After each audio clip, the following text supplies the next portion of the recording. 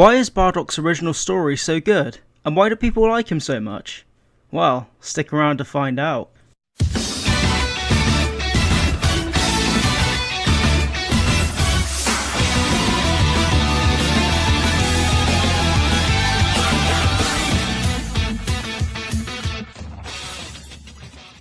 Hey guys, how's it going? Zula here, and today I'm going to be talking about Bardock.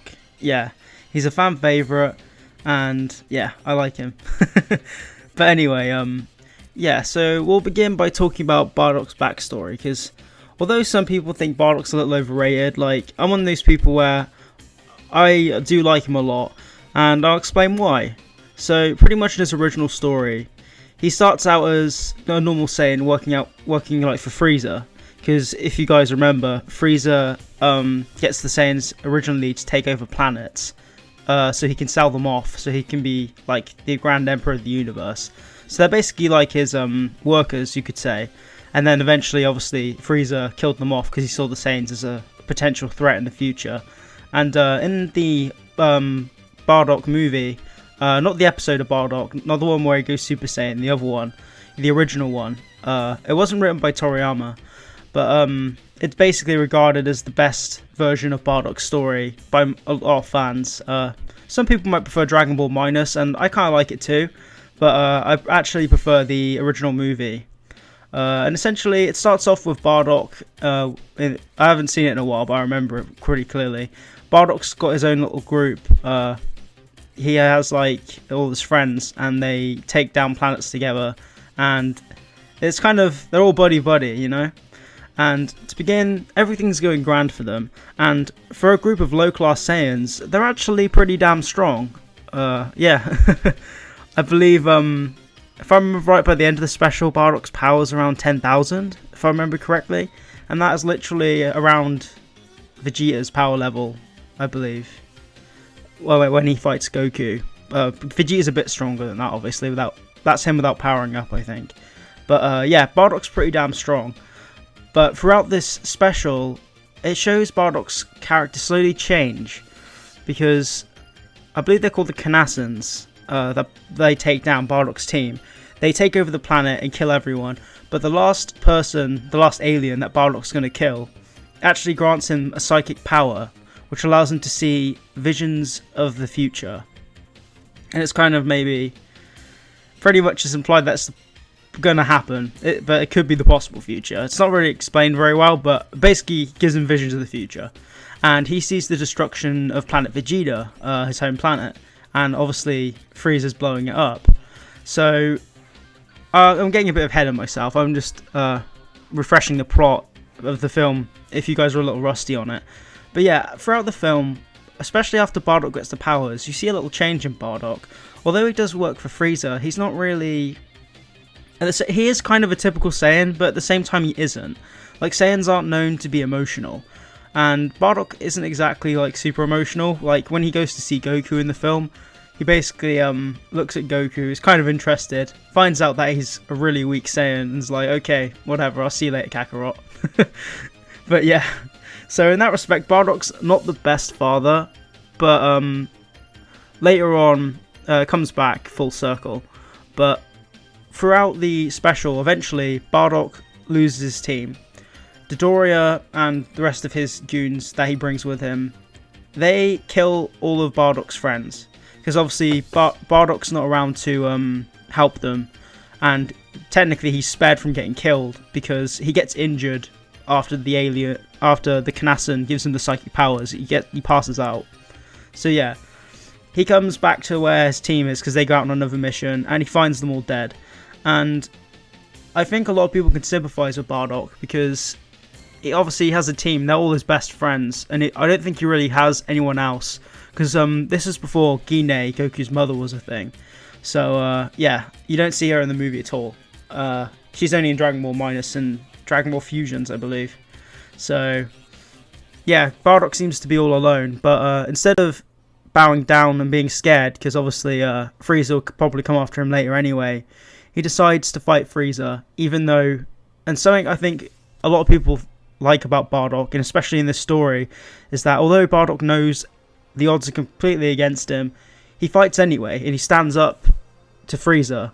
And although Bardock really doesn't honestly have a chance, he kind of believes he does a little bit. As long as he can take Frieza down, his job is done. Because that's what he saw in his vision. And he's going to do his damn best to prevent that. But it's not just that Bardock's kind of brave. Like, he is a good fighter. We see that later on in the film when he kills Dodoria's grunts. But yeah, he can fight pretty well too. But it's not just his skills as a fighter that people like. He's kind of a little like Vegeta in the sense of he's an unconventional hero. He's not a full hero. Like, he's not a person who will do the right thing. He kills people for Frieza. You know what I mean? He's not a good guy necessarily. But when it comes to saving his people and his son, he'll do what he can to do that. And I think, although Bardock's a bit jaded in that respect, I think a lot of people see the goodness within him and they can respect who he is as like a person. He's not going to take shit, but when he needs to step up, he can step up, and he's not afraid to do what everyone else is afraid to do. Because he tries to rally all the other Saiyans to join his cause to fight Frieza, and none of them give a shit. They just think, well, they just don't believe him. They just think, yeah, whatever, Frieza hires us, he's not going to do anything. Yeah, whatever, go away, Bardock. And something even more impressive, in my opinion, is even though Bardock's still very injured from fighting Dodoria's goons and Dodoria before, he doesn't stop. As soon as he wakes up, he goes out to fight Frieza. And yeah, but I think his original story in the episode of Bardock, I think that's they call the Super Saiyan one. The episode where he goes Super Saiyan. Oh, yeah, it's called Bardock, Father of Goku. That's it. I'm bad with names sometimes, but I do know them. But yeah, with Bardock, it's interesting though. It's a good dynamic because I think fans like him for a lot of different reasons. Like, some people like him because he's pretty awesome, he's really cool. But it's not just that. That's what I like about him. He's not kind of like Broly where he's just cool and he's strong and that's all there is to him. He has surprisingly quite a lot of depth. And yeah, you really see the love he deep down has for Goku at the end of the special when he dies. Because although he wasn't really interested before, he seems kind of sorry that he couldn't stop Frieza. But he then has faith in his son that, he has faith that Goku can defeat Frieza. He sees it in the vision and he kind of respects Goku in that moment and has hope for the future, even though he knows it's all over for him. And I think that's very commendable. And yeah, and I just kind of like how loyal Bardock is as well. I think this is something else a lot of people like. Bardock's a very loyal character as well. Like, even though he isn't the strongest person, like out of his team, he's the strongest fighter, pretty much. But as he is a strong fighter. Don't get me wrong. I'm not trying to downplay him. He's not the strongest in Dragon Ball Z, obviously, but at the time he is strong. It's just compared to Frieza, pretty much no one can beat him until obviously Goku comes along. But Frieza's monstrously strong. But yeah, I think Bardock's very loyal, and a lot of people can respect that and relate to that as well. I think he's quite a relatable character, because not everyone in this world is perfect, and you don't have to be to do the right thing. And I think that's a good message of Bardock's story and Bardock as a character. He's not necessarily a good person, but when it comes to, certain matters, he can do the right thing. And kind of like Vegeta, not all heroes are conventional. And yeah, so I think you guys get the picture. That's why I like Bardock anyway. I think his original Father of Goku story is really good, and because of that.